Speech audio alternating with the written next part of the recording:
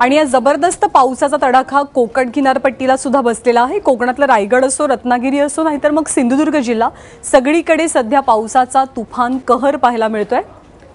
रत्नागिरीमध्ये चिपळूणच्या कापसाळ गावातील रस्त्यांवरती पाणी साचलंय, तर संगमेश्वर जवळच्या मागजन बाजारपेठेच्या सखल भागात पुराचं पाणी शिरलंय। खबरदारीचा उपाय म्हणून या भागातल्या व्यापाऱ्यांनी दुकानातला माल सुरक्षित स्थळी हलवला। रायगड जिल्ह्यात 3 दिवसांपासून पाऊस थांबत नाहीये। पालीजवळच्या अंबा नदीच्या पाणी पातळीत वाढ झाली आहे। अनेक नद्यांची पाणी पातळी वाढली आहे, त्यामुळे सतर्कतेचा इशारा दिला गेला आहे। तिकडे तळ कोकणात सिंधुदुर्गमध्ये कुडाळ परिसरात जोरदार पाऊस झाला। कुडाळ बाजारपेठेत गीता हॉटेल समोर सुमारे 1 ते 2 फूट इतकं पाणी साचलंय, तर दोडामार्ग तालुक्यातील तिलारी धरणात 70% पाणीसाठा झाल्यामुळे तिलारी धरणातनं पाणी सोडण्यात येत आहे। प्रशासनानं नदीकाठच्या गावांना सतर्कतेचा इशारा दिलाय, तर पालघर जिल्ह्यातही पाऊस बरसतोय। बोईसर रोडवरती पाणी साचलंय।